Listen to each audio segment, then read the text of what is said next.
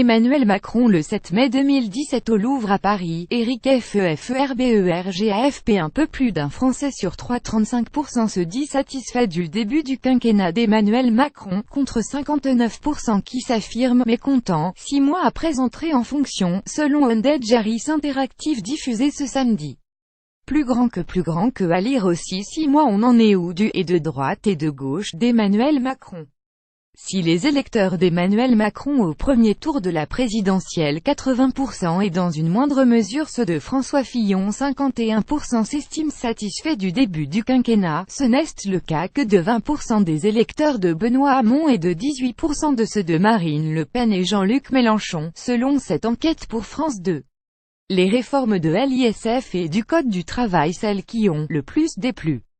La suppression de la taxe d'habitation pour 80% des Français et sans surprise la réforme qui les a le plus satisfaits, 52%, loin devant la loi sur le terrorisme 25%, la réforme des conditions d'entrée à l'université 24% et la réforme du Code du travail 19%. Inversement, l'augmentation de la CSG et la baisse des charges 45%, la baisse de 5 € mensuels pour les APL 41%, la réforme de l'ISF 40% et la réforme du Code du travail 35% et celles qui leur ont le plus déplu. Plus grand que à lire aussi sénatorial. Macron peut-il faire adopter sa grande réforme constitutionnelle? Près d'un Français interrogé sur deux, 45% considère la politique menée par Emmanuel Macron comme et de droite et de gauche. Pour 41%, elle est de droite, et pour seulement 5%, le chef de l'État conduit une politique de gauche.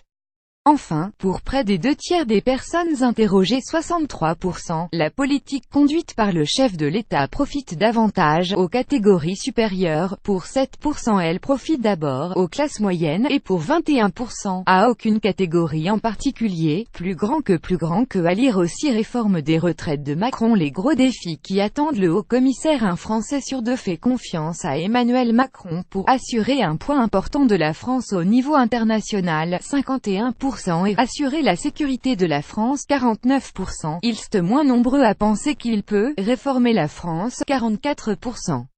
Seuls 27% des personnes interrogées lui font confiance pour accroître le pouvoir d'achat, et 26% pour rassembler les Français. Enquête réalisée du 2 au 3 novembre auprès de 1817 personnes de 18 ans et plus, selon la méthode des quotas.